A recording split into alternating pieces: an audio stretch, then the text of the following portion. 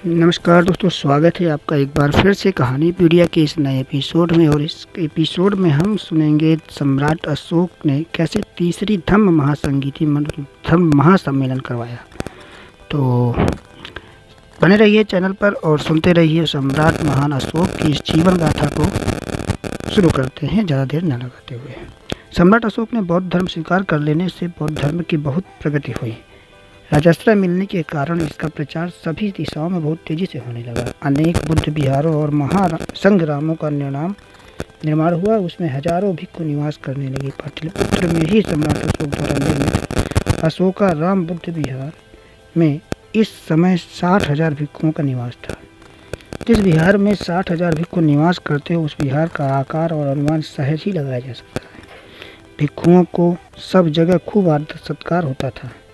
इसीलिए बुद्ध विहारों और संघारामों में विनय धर्म भिक्षुओं के नियम का पालन न करने वाले भिक्षुओं की संख्या में भी बहुत वृद्धि होने लगी। पाटलिपुत्र के अशोकाराम में भी धर्मनिष्ठ भिक्षुओं के साथ बनावटी भिक्षुओं की संख्या हजारों में पहुंच गई।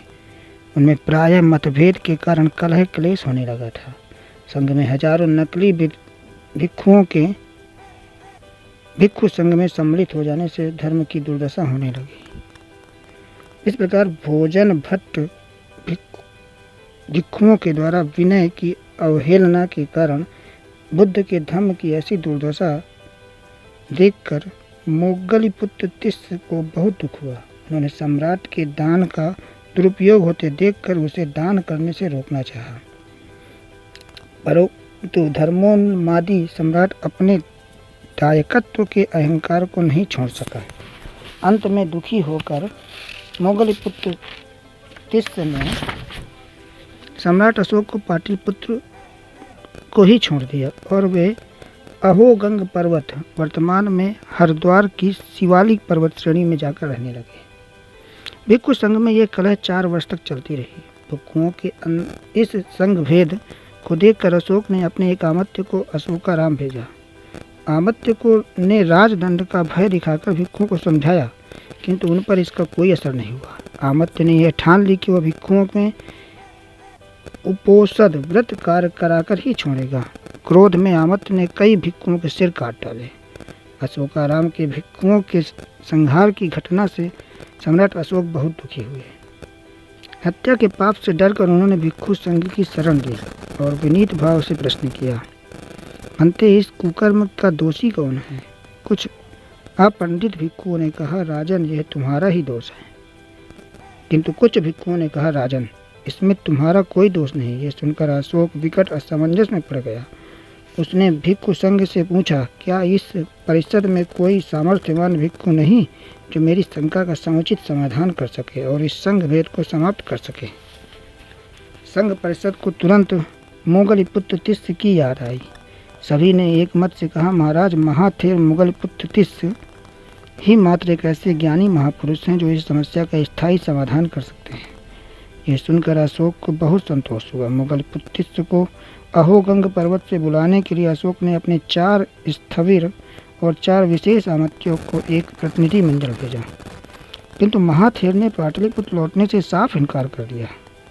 दूसरी बार अशोक ने 8 भिक्षुओं और 8 अमात्यों के एक विशिष्ट दल को भेजा। इस पर भी वे आने के लिए तैयार नहीं हुए। तीसरी बार 16 भिक्षुओं और 16 अमात्यों का प्रतिनिधि मंडल भेजा। इस बार महास्थविर राजी हुए और वे जल मार्ग से नौका द्वारा अहोगंग से पाटलिपुत्र के लिए चल दिए। सम्राट उनकी आगवानी के लिए पहले से ही गंगा घाट में मौजूद थे।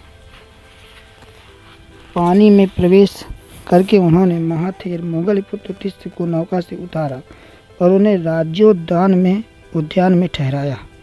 अगले दिन अशोक महाराजा राजोद्यान में मिलने पहुंचे और विनम्रता पूर्वक महाथेर मोगलीपुत्र तिस्स से आमत्य द्वारा भिक्षुओं के सिर काटे जाने का अपराध क्या मुझे लगेगा?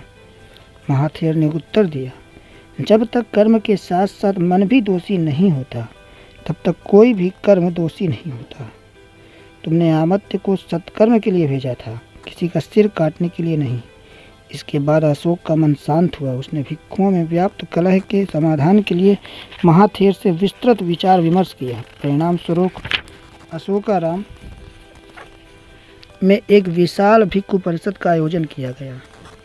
महाथेर के साथ अशोक एक कन्नात में की ओट में बैठे।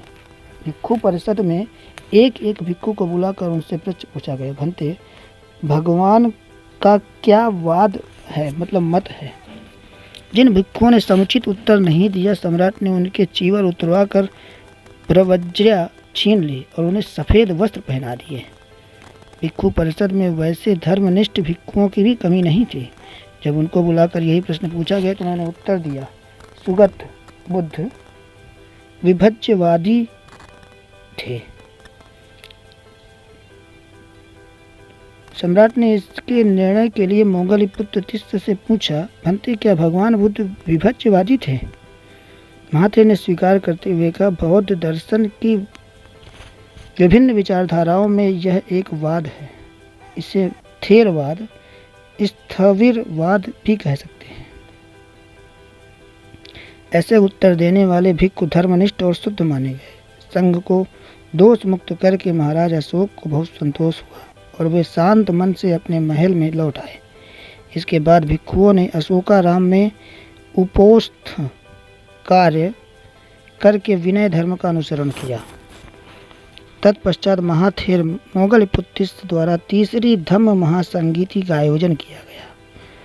इस प्रकार पहली ऐतिहासिक संगीति भगवान बुद्ध के महापरिनिर्वाण के 4 महीने बाद राजगृह में महाकश्यप की अध्यक्षता में संपन्न हुई। दूसरी ऐतिहासिक संगीति यश महास्थविर की अध्यक्षता में वैशाली में आयोजित की गई। यह भगवान बुद्ध के महापरिनिर्वाण के 100 वर्ष बाद संपन्न हुई थी। इस तीसरी महासंगीति के लिए महाथेर मोगलपुत्र तिस्स के द्वारा 1000 विद्वान विनयधर भिक्षुओं का चयन किया गया। इस समय भी बहुत से धर्मग्रंथ लिखित रूप से प्राप्त नहीं थे, किंतु ऐसे प्रज्ञावान भिक्षुओं की भी कोई कमी नहीं थी जिन्हें संपूर्ण बुद्ध वचन कंठस्थ था और वे उसका संगायन भिक्षु संघ में करते रहते थे। इस धम्म महासंगीति में सभी धर्म ग्रंथों का संगायन करके शुद्ध करवाया गया। महाथेर की देखरेख में अन्य मतों के खंडन के लिए कथा वस्तु प्रकरण नामक ग्रंथ की रचना की गई। कथा वस्तु का महत्व बौद्ध धर्म के विकास के इतिहास में सर्वाधिक है। इस ग्रंथ में मतांतरों का पहले समर्थन करके फिर उसका खंडन किया गया है। प्रश्नोत्तर शैली में इसकी रचना होने के कारण इसका महत्व और भी बढ़ जाता है। इस ग्रंथ का उद्देश्य तत्कालीन वादों का खंडन करना था जो उस समय थेरवाद को मान्य नहीं थे। यह धम्म महासंगीति अशोक के राज्याभिषेक के 17वें वर्ष में संपन्न हुई। इस समय महाथेर मोगलपुत्र तिस्स 75 वर्ष के थे। सम्राट अशोक के समय बुद्ध धर्म 18 विभिन्न संप्रदायों में विभक्त हो चुका था। थेर मोगलपुत्र तिस्स ने इनमें से थेरवाद को ही बुद्ध धर्म मूल धर्म माना और शेष 17 संप्रदायों को अधिक महत्व नहीं दिया। इस समाधान को कथा वस्तु नाम से मान्यता प्रदान की गई। बाद में इस ग्रंथ को अभिधम्म पिटक के एक अंग के रूप में स्वीकार कर लिया गया। कथा वस्तु के 216 शंका समाधान 23 अध्यायों में प्रस्तुत किए गए हैं, जिन्हें सम्राट अशोक के गुरु मोगलपुत्र तिस्स की कृति बताया गया है। किंतु इनमें बहुत से बौद्ध समुदायों का उद्गम अशोक के बाद माना जाता है। इसमें अधिक पूर्व शैलीय, अपर शैलीय, राजगिरिक, सिद्धार्थक, वैपुल्यवाद, उत्तर पथक, हेतुवाद जैसे प्रमुख 8 समुदायों का प्रादुर्भाव अशोक के बाद निश्चित हो चुका था। कालांतर में बौद्ध दर्शन के क्षेत्र में सर्वस्तिवाद, सौंतांत्रिक, विज्ञानवाद, योगाचार और शून्यवाद माध्यमिक, इन 4 प्रमुख समुदायों को असंगत, वसुबंधु, दिग्नाग, धर्मकीर्ति, नागार्जुन और बौद्धाचार्यों ने अपने अपूर्व योगदान से अमर कर दिया। असंग और वसुबंधु दोनों का जन्म पेशावर वर्तमान में पाकिस्तान में एक पठान कुल में हुआ था और ये दोनों सगे भाई थे। दिगनाग और धर्मकीर्ति दोनों दक्षिण भारतीय थे। नागार्जुन का जन्म विदर्भ महाराष्ट्र में हुआ था, किंतु उन्होंने अपना निवास स्थान नागार्जुन कोंडा जिला गुंटूर आंध्र प्रदेश में बनाया था। बौद्ध दर्शन को अच्छी तरह से समझने के लिए इनके दर्शन का अध्ययन करना जरूरी है। इस प्रकार सम्राट अशोक द्वारा बुलाई गई तीसरी धम्म महासंगीति की धारा बौद्ध चिंतन के क्षेत्र में शताब्दियों तक प्रभावित होती रही। सम्राट अशोक के समय निम्नलिखित 18 बौद्ध संप्रदाय विद्यमान थे, जिनमें से मुख्य रूप से देखा जाए तो महासंधिक, थेरवाद, स्थविरवाद। इस प्रकार से ये 18 संप्रदाय थे, आप देख सकते हैं सामने। इस प्रकार से ये अध्याय यहाँ पर समाप्त होता है और हम जल्द ही मिलेंगे अगले एपिसोड में, जिस पर सम्राट अशोक ने कैसे धम्म अभिलेख कहाँ बनवाए उसके बारे में विस्तार से चर्चा करेंगे।